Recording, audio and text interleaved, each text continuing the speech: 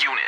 Prepare to copy. You're listening to the 911 Strong podcast. Don't act like I never told you. With Aram and Kristen, bringing you stimulating discussion. No, I like the sound of that. An entertaining conversation. And now, here's Kristen and Aram.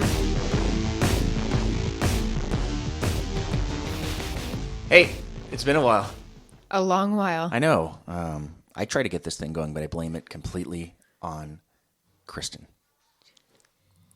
No, Yeah. it's never my fault. It is Had your you fault. listened Look, I'm not here to fight with you, and Kristen. done You- it the way I told you to in the first place, Aram, You have your husband for that.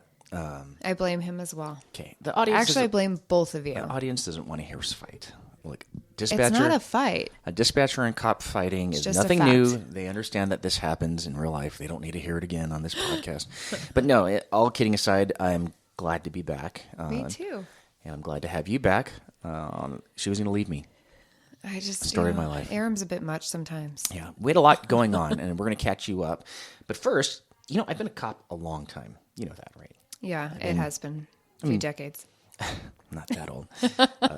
But, with my experience, I've had a lot of time to do research for the best equipment. We wear a lot of gear. You've seen my belt, right? A lot. Mm-hmm. So, what if with all that knowledge, I was able to come up with one shop to put for new cops or anybody that wants police equipment that doesn't have time to do the research or anything? Wouldn't it be great if there was a site that you can go to that had all the best equipment? Somebody already vetted the product, and it's Yes. Yeah. It would make things so much simpler. and I'd be a millionaire. But somebody already, I would be a millionaire. But somebody already beat me to it. Oh. And that's Carolina Defender. I've talked to you about Carolina You Defender. have, Yeah. yes. Carolina Defender is my one-stop shop. I know everything they have on the shop is going to be awesome. Mm-hmm. It's the stuff I use. It's name brand stuff that you'd recognize, but it's all available in one place. Yeah. So Carolina Defender is awesome. It's run by a cop, so it's almost as good as me, right? Running the show. Except he has it all together. Yeah. So right now, listeners of this show can get a discount from Carolina Defender using Awesome. code 911STRONG. And I know as a dispatcher, you don't need a lot of stuff from there, but No. you are a shooter. You're getting your CCW I soon. am starting, yes. So holsters, Yes. magazines, they have it all. Yes. You got to check out Carolina Defender. You can find them at carolinadefender.com. Carolina will. Defender, the one-stop shop. For everything. Everything. All right. So where have we been, Kristen? Oh my gosh, I don't even know where to start. Well, I can tell you. It's been like 6 months. It has. We had a little. On our last episode, I don't even know if it's aired. I don't even think it did air. Yeah. So we had this thing where a news program picked us up. They're a news network, and they really liked us, and not their fault. COVID and the protests. They're a news network, so news is their priority. So producing our show wasn't. And it made things kind of difficult for us because we had the schedule laid out and we wanted to record. And God bless our fans, our listeners. They kept asking us when we were going to have new episodes, and we just couldn't deliver. Yeah. It's frustrating for us as well. Right. Because we dismantled our studio here to take it over to Orange County where our new studio was. The news building was nice. The studio they built for us was nice. And, we kept delaying, thinking we were going to record, and it never happened. Next thing you know, COVID's locking down Orange County. And we're working extra hours because of civil unrest. And you had a lot going on too. Since then, Yeah. my co-host here became a Turning Point USA ambassador. Yes. Awesome. And you're also teaching a lot across the country. So Yeah. we've just been busy. We're coming up with excuses. Bottom line is we've missed you guys. We're excited to be back, and we've made a commitment to even be Yes. bigger and better. Yes. So we're going to be releasing an episode a week. Yeah. And we have it planned out through, I think, into August now. Yeah. So we're set, guys. We're set. We are set, and we don't have a lack of topics to talk about because we sure talked about a lot while we were not on the air. So we want to talk about some of those things, I think, that kind of resonate with us. And right now, for me, it's the whole lockdown thing. I think enough is enough. Mm-hmm. It's ridiculous. I've been over it for a while. Luckily where I live in a very conservative community, and so do you. Our county is very conservative. And I know the shops are required to put signs on, but I'll go in there, and it's not like they're enforcing it. I think they're tired of it, right? I think some are, yeah. And I get the whole, like, hey, you're putting me at risk. And I'm like, well, then you wear a mask if the masks protect you. Yeah. I'm not worried about, I had COVID, and I I was fine. I was around it the whole time and never got it. Right. You guys, I remember Yeah. you and Danny shared drinks with Liz and I Yeah. when we both had it unknowingly. We didn't know we had it. I didn't. It wasn't a thing yet. Yeah, It was just a exactly. bad flu. Right. Yeah. And you guys still, knowing that we were coughing and hacking, still shared drinks with us, and you didn't get it at all. We didn't get it. And then Danny obviously is still on patrol at the time, and he's going and giving CPR to people Yeah. and Yeah, he in actually gave houses CPR. filled with people that had COVID, Right. and he never got it. Well, Danny is a superhuman, so everybody have you seen his biceps? But he, he was working a transient detail. I think he was assigned to that detail, and the homeless Yeah. population are the most susceptible because they don't have the hygiene. They're the most susceptible, yet their numbers have not gone down. Right. Right. Interesting. Yeah, there's a bunch of theories to that. Whether They have some serious immunities, they're not getting tested and stuff like that, but but they're not dropping like flies either. No, I don't know. Sorry, but it's true. Yeah. And I hate to say this, but because I took it for granted when it was open, but I miss Disneyland. I know. I miss Disneyland too. Disneyland, my kids miss it the most, and I think that's what I miss, making the memories with them. So Yeah, we were pretty addicted to that place. yeah, but that's when they had season passes. I could afford that. Well, they don't even have season No, passes right now. I can't afford to go. My crew, I looked it up for our family with just one friend without the park hopper, and it was just shy of $1,000. yeah, And that doesn't include parking. That doesn't include food. no, Doesn't include whatever junk they want to buy that right. day. I mean, you're gonna have to take out a It's second mortgage insane. to visit. From Yeah. that's only one park. That's not visiting Right. two parks. Yeah. Whereas, when we had passes, it cost a few $1,000s for the family, but we could make up our money in a couple trips. Yes, because we went so often, so Yeah. it really did pay off. Yeah. Yeah, things have changed. So you were pretty loose on the 6-foot rule and the masks and stuff like that, and you never got sick. No, I never got sick. Neither, and as far as I know, neither did my kids. Yeah, and they're in school. And they were in school since August. Yeah. So, and our school ran perfectly fine. They do currently have them wearing masks. They don't have them wearing it while they're out at recess or PE or even lunch. Yeah. I think from what I remember, they maybe had 2 or 3 outbreaks. And then that class and their siblings just went home for the 14-day quarantine. And then we went back at it. So the school never needed to shut down or anything like that. Right. And they functioned just fine. Yeah, I know the last thing people want to hear because they're over COVID is COVID, but it's so much to talk about. The one question I get a lot is, as a police officer, are we required to enforce mask rules and stuff like that? And the short answer is no, right? But Yeah. if a private business like a Target Yeah. calls the police because someone's violating their rules and they don't want them there, well, they have a right to refuse. Right. Yeah. And that's what people Don't see understand. they see these videos. Yeah. Oh, these Marxist cops listening to the man, and I'm like, no, it's a private business. Let's just say Yes. it's your family business, Right. Or it's like if somebody were to come into your house, you get to set the rules for your own home. It's Exactly. their private business. Like whether you like it or not, then don't shop there. Exactly. And But I'm not wearing it out in the parking lot either. you're right. And I'm not visiting businesses. I don't support. I shouldn't support large businesses, but I go out of my way to support the mom and pop shops. Yeah. Some of the mom and pop shops are totally against the governor, the masks. Yeah. And, I happen to go in there and they're fine with me not wearing a mask. But if Right. I go to one and I unknowingly don't know that they really want the masks on, and I'll say, hey, sorry, I don't have mine. If they want to offer me one, great. If they don't have one and they ask me to leave, I'm not going to have a problem with it. I'll leave. Yeah. I'm not going to have Yeah. any ill feelings. I'm just Yeah. not going to be, Yeah. wearing a mask in there. I have to go to Target sometimes, and I have to go to Home Depot, and those are Yeah. national stores that Yeah. require masks.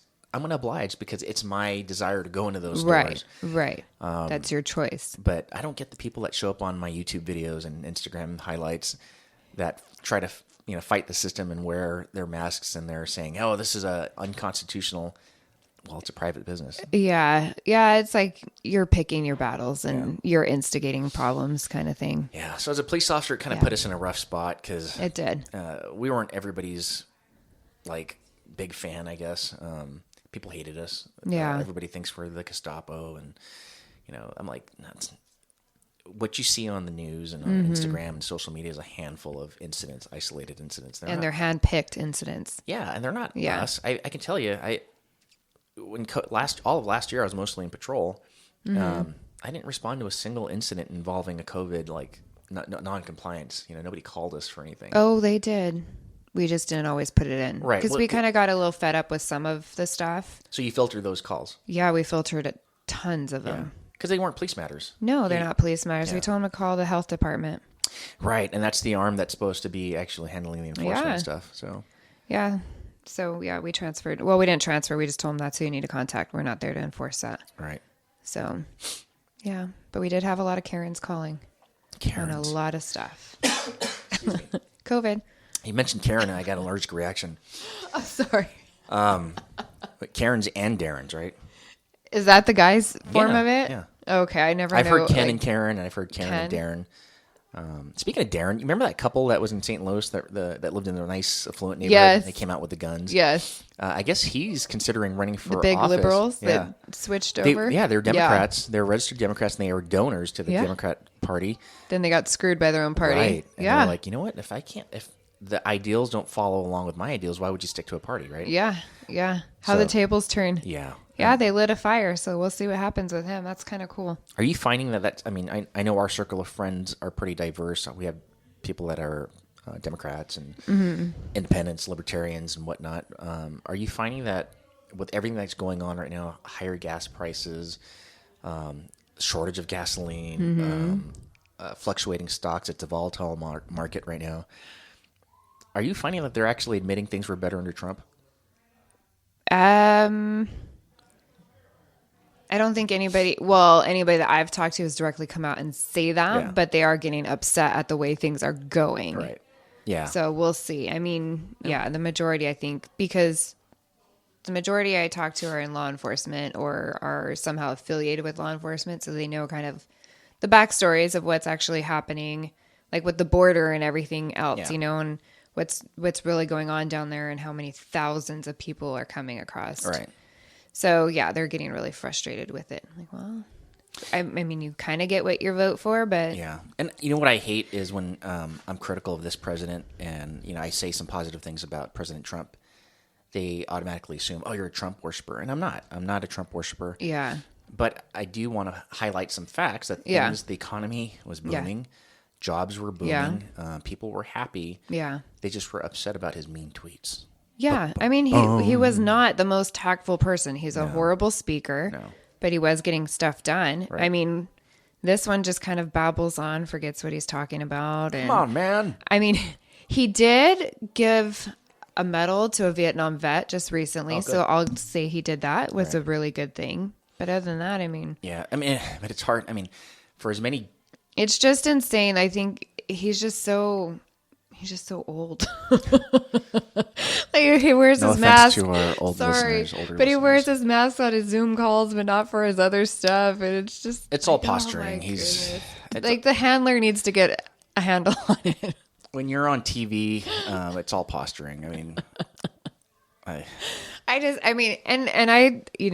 made fun of Trump with certain things too, and it's all in fun. But it's just things are just going downhill, and he had so much ammunition. We're paying more, and okay, so he wants to give out all this free money. Well, where do you think all this free money is coming money's from? Not free. It's not out of the kindness of his heart. It's coming from somewhere, and it's us. Yeah, and I think people that are more conservatively minded get that because when you're once it starts affecting them, then they get it. But we're just burying our future generations. I mean, we're already trillions and trillions of dollars in debt. Right.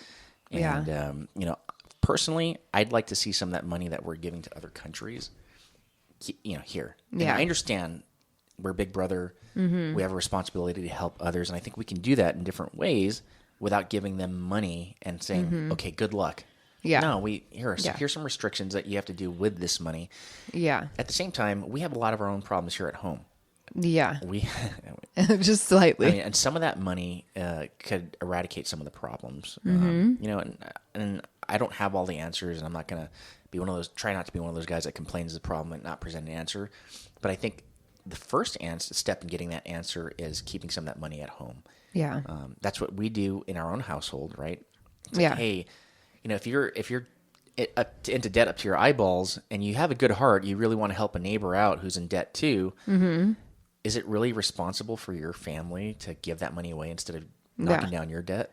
Yeah, there's other things you can always do. If you're going to use the neighbor analogy, like instead of just handing them money and like hurting your pocket as well. Yeah. Like you like figure out what you're good at and what issues you can help them with, like mowing their lawn or repairing their doors or something like that. Yeah. Yeah. You know, There's better ways of doing it, Right. instead of just shelling out cash that we don't have. yeah. Yeah. How depressing. Yeah. This podcast episode is depressing. Okay, what's another factor as to why we weren't recording, Aram? What did you and Danny do? Well, we Admit it. admit what? Well, Just kidding. We both went to the detective bureau. They both got moved. You know, it's so funny how we've kind of worked with our entire. We don't make the decisions on who gets placed where, but we work good together. And you know, putting two supervisors together in the same units that work well together, I think, is a recognized thing. So I'm the sergeant in the detectives, and Danny's the corporal in detectives. And together, I think we work pretty efficiently back there, and things are moving pretty good. I don't want to take credit away from the lieutenant and the other sergeant in there. We work good together. Danny compliments. We all compliment each other. Yeah, there's more than just the two of them. There's a few But man, supervisors. we went from working 3 days a week to working almost every day. Yeah.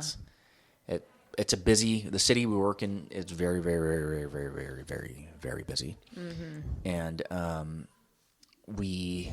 our detectives are inundated. Yeah. We all carry a huge case. I say we. They carry a huge caseload. I basically read the reports. But it's hard because it's a necessary step to continue if you want to promote at the department. No, it's a good stepping stone. Yeah.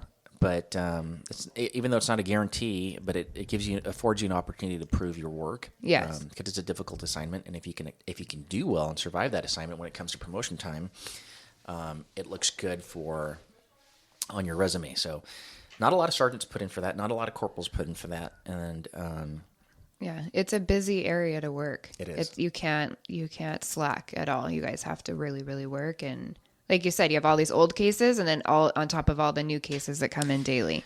Yeah. So it is a lot, and sometimes they stay over or they have to come in on their days off, which isn't unusual to anyone in law enforcement. No.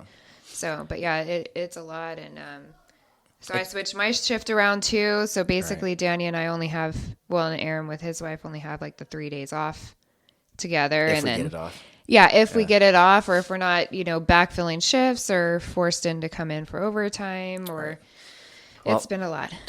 Glad you brought up the detectives, because it brings me up a question I constantly get is I have a lot of people that aspire to be detectives, right? And they're like, oh, what academy do I need to go to be a detective? And I'm like, the same police academy. Well, I don't want to work patrol. I just want to be detective. Yeah. And that's not how it works. Right. I'm sure a lot of our listeners who are in law enforcement realize that, but we have a lot of listeners that aren't, they want to be police officers. Being a detective is cool. In every cool cop movie, the coolest guy is the detective. He rolls up in a suit, has a nice shoulder holster, oh, flashy Hollywood. car. Yeah. And, the thing is, to get there, you have to put the work in. You have to be a good patrol officer. And then once you've established yourself as a good patrol officer, you can test for detective. And that's a test that's not very easy. I put that up there with the sergeant's exam because you have to know your Fourth Amendment laws, your search and seizure laws, which is some constitutional knowledge, and you got to know what your local courts and stuff want. But and it doesn't necessarily mean either you're going to get the coolest spot in the detective bureau either, right? No. Like you could be stuck with the forgeries or stuck with the traumatic ones with the kids and stuff like that. And some people like it, but I mean that can really affect you down the line too. Speaking of kids, child abuse incidents. I hate to smile when I say child abuse incidents, but you'll understand what I'm talking about. That I know you haven't seen it because I talked to you about it. There's a Netflix special called The Trials of Gabriel Fernandez. Yeah. And if you're not familiar with who Gabriel Fernandez is, he was this child that was repeatedly abused by his parents, and it became a Netflix documentary because they were talking about some of the pitfalls of the Department of Child and Family Services and the way they investigate things. They're inundated too. Yeah. Oh, I'm sure they are.